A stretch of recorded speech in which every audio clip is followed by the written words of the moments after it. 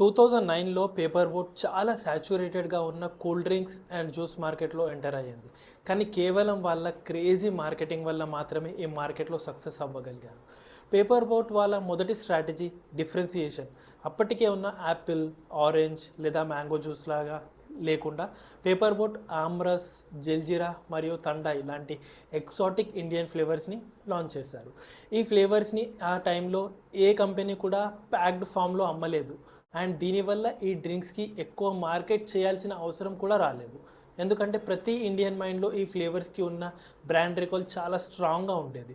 వాళ్ళ second strategy differentiation packaging. అప్పట్లో మిగతా జ్యూస్ కంపెనీస్ అన్నీ వాళ్ళ ప్రోడక్ట్స్ని టెట్రా ప్యాక్స్ లేదా ప్లాస్టిక్ బాటిల్స్లో అమ్మేవి. కానీ పేపర్ బోట్ వాళ్ళ ప్రోడక్ట్స్ని ఒక యూనిక్ పియర్ షేప్డ్ పౌచ్లో అమ్మడం స్టార్ట్ చేస్తారు. దీనివల్ల కస్టమర్స్కి ఆ జ్యూస్ తాగుతున్నప్పుడు నిజమైన ఫ్రూట్ని స్క్వీజ్ చేస్తున్న ఫీలింగ్ వచ్చేది. ఈ ప్యాకేజింగ్ వల్ల పేపర్ బోట్ బ్రాండ్ కస్టమర్స్కి చాలా ఆథెంటిక్ మరియు న్యాచురల్గా అనిపించింది. ఇలాంటి మార్కెటింగ్ స్ట్రాటజీస్ అయితే నేను రెగ్యులర్గా చెప్తూనే ఉంటాను. Follow me for more similar videos.